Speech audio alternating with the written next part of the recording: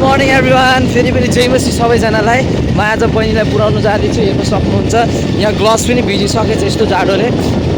यात्रा छेउको भएको कारणले गर्दाखेरि हेलमेट लगाएको छैन, नजिकै हो, लगभग 2-2.5 किलोमिटरको। यहाँ अगाडि हेर्न सक्नुहुन्छ।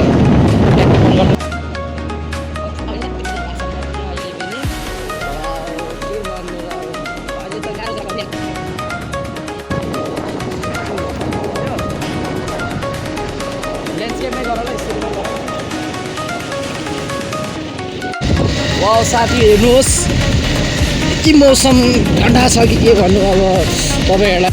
यहाँ हेर्नुहोस् साथी, हो ग्लास नै भिजिसकेछ, कस्तो गाह्रो भएछ र फेरि पनि हाम्रो 1 तारिकको दिन फेरिबाट खाना हुन्छ हाम्रो चर्चमा। यहाँनिर सुँगुर काटिरहेको छन्। यहाँ किचन डिपार्टमेन्टमा कामहरू भइरहेको छ। यहाँनिर यहाँ सब्जीहरू, यहाँ तेलहरू यहाँनिर भइरहेको छ। यहाँ यस्तो छ, व्यस्त हुनुहुन्छ यहाँनिर।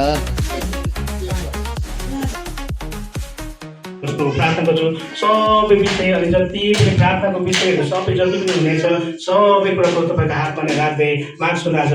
यहाँ हाम्रो युवाहरू आफ्नो आराधना गरिरहेका छन्।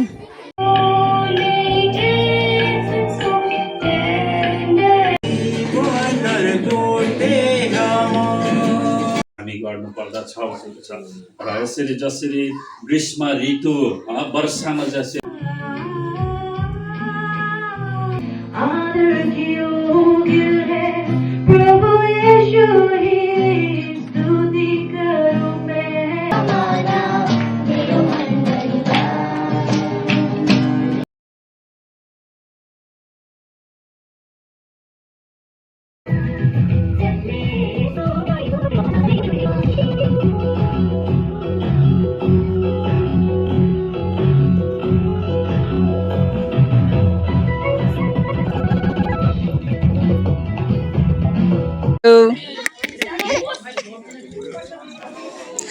यहाँ हेर्नु सक्नुहुन्छ हाम्रो काकीहरू एकदम खानामा लागिराख्नु भएको छ।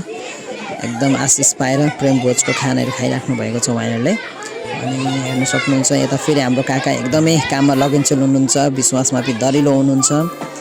अनि उहाँले एकदमै असल काम गरिराख्नु भइरहेछ।